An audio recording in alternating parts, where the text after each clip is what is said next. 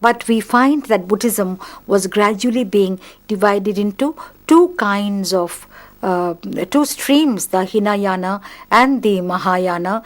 The Hinayana believing in the self-perfection, that you to become an arhat or a worthy, you have to perfect yourself. You don't have anybody to help you.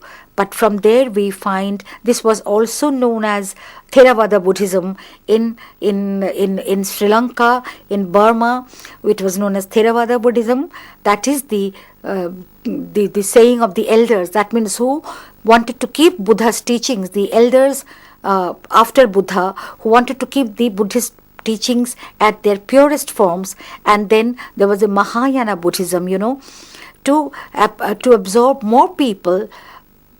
The Buddhists felt, later Buddhists felt, that perhaps the mediation of some sort of a guru is essential, some sort of a preceptor is essential. So Mahayana is what? That one who has got Buddhahood in him, that is Bodhisattva, he delays his own nirvana for helping others, so that others can come out of the tamas, into the land of enlightenment. Buddha died.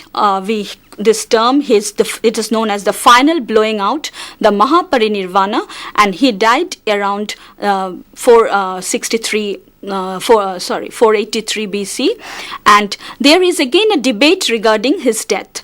So the scholars generally believe that 483 BC was the time of Mahaparinirvana of Buddha.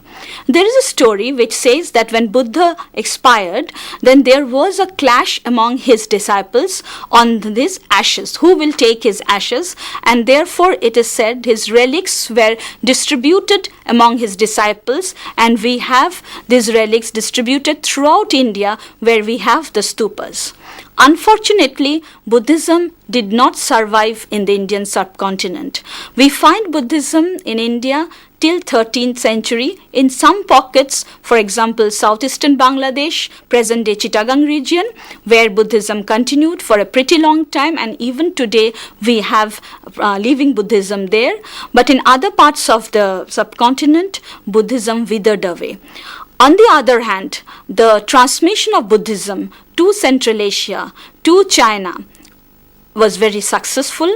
This transmission happened through the northwestern part of India, but it was very successful, and we find that a large section of Central Asia, China, and East Asia finally got converted to Buddhism.